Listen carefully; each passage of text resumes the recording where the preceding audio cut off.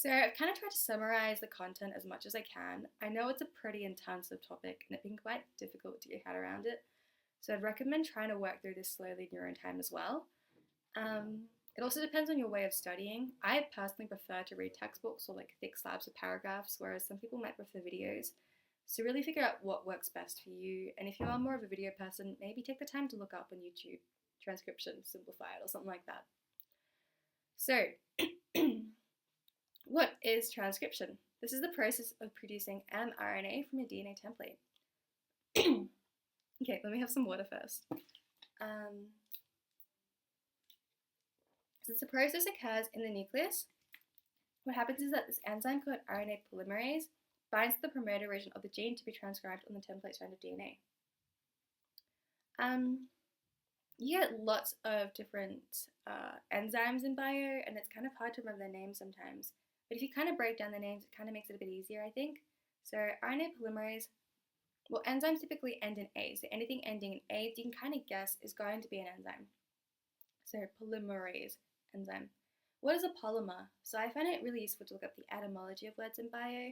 So if you look up polymer, polymer means a long chain. And so if I've got polymerase, an enzyme which makes a long chain. And at the start, you've got RNA. So you can kind of presume that this enzyme is going to be something which makes a long chain of RNA, which is exactly what RNA polymerase does. It makes a long strand of RNA, mRNA. So what happens is that this enzyme will bind to this particular region of the gene known as the promoter region, and it will bind on the template strand of DNA. The RNA polymerase molecule will then unwind the DNA, and then it moves across the template strand and reads it in a 3' to 5' direction, while synthesizing RNA by joining ribonucleotides in the opposite direction, so the 5' to 3' direction. It says here, remember that strands are anti-parallel. What that means is that if you've got 5' to 3' this way, 5', 3', the opposite strand will have the opposite, so it'll be 5' to 3' that way. Okay, so it's kind of opposite directions, and that's what they mean by anti-parallel.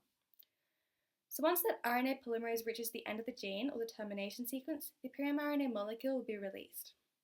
The pre-mRNA strand is complementary to the template strand and has the same sequence as the coding strand, except that T is replaced with U. This is kind of an intense looking diagram, but it really just does explain what we've just gone over. So we've got 3 stages here. You don't need to know their names in VCE, but do recognize what occurs. So we can see here the red part. In the nucleus, RNA polymerase recognizes the recognition sites, causing it to bind to the promoter, which is the side of the gene.